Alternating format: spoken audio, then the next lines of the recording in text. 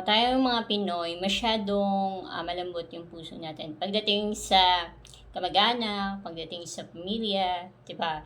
Although there are some na isip nila na kung tutulungan nila yung kapamilya nila, is tinuturuan lang nila maging tamad. Pero iba-iba kasi tayo ng sitwasyon, iba-iba ng mga circumstances ang isang pamilya, kung kaya hindi natin ma-generalize na kapag tinutulungan mo yung kapatid mo or tinutulungan mo yung kapamilya mo, is tinuturuan mo na sila maging tamad. So, magkaiba tayo ng perspective sa buhay kung halimbawa isang tao ay hindi agree sa prinsipyo na meron ka, hindi mo siya mapipilit na paniniwalaan yung pinaniniwalaan mo. Hi, this is Miss Lindy again. Welcome to this channel. This channel talks about motivations and insights. If you like videos like this, then you can subscribe to this channel. I-click mo na rin yung notification bell para ma-update ka sa mga bagong videos na i-upload ko. If you are interested in this video, then stay tuned.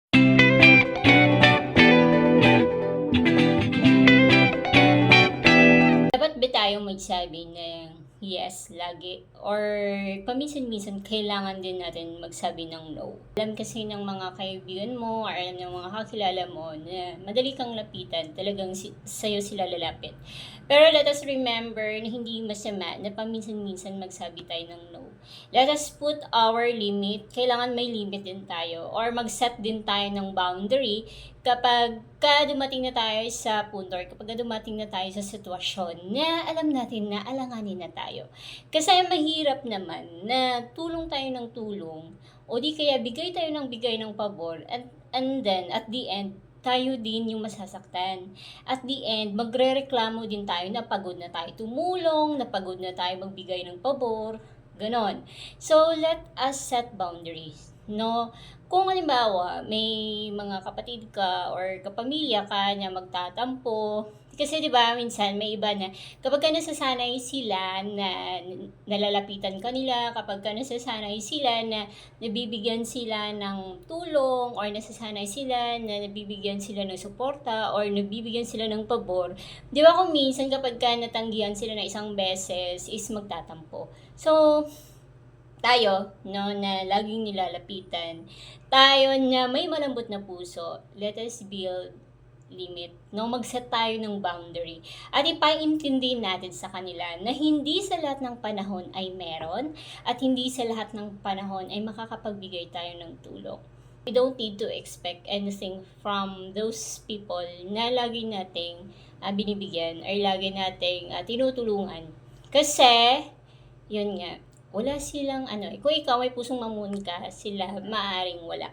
Huwag natin kalimutan yung sarili natin. Kaya sinasabi ko na mag-build tayo ng boundary or mag-build tayo ng limit na hindi lahat ay ibigay.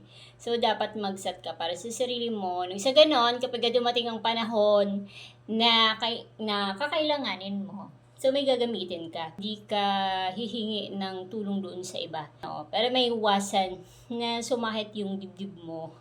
O di kaya naman kung dating ka sa punto na madidisappoint ka, no, you have to build a limit or mag-set ka ng boundary. Yun ang isa sa mga natutunan ko. May mga tita-tito tayo na tayo yung laging tinatawag. Kasi kung sino yung mabilis tawagin, kung sino yung mabilis utusan, kung sino yung mabilis hingian o hiraman, yun talaga ang laging tinatawag. So, minsan kasi sa pamilya, no, may mga pinsan tayo na hindi malapitan, may mga pinsan tayo na hindi mautusan. Kung kaya ikaw na mabilis lang tawagin, mabilis hiraman, na mabilis utusan. So, ikaw yung minsan lagi tinatawag. Pero, let's say no also. No, dapat matuto tayo na magsabi ng no. Minsan, may mga tao na magsasabi na, uy, gala tayo. Then, naisip mo na it's better to stay than to go with them. Kasi di ba kung minsan, may mga tao kung minsan na ayaw na natin kasama. So, to protect your peace, it's better to say no. Kaysa naman, pilitin mo yung sarili mo na makisama sa kanila. And then at the end, may masasabi ka rin tungkol sa kanila pag nakatalikod na sila.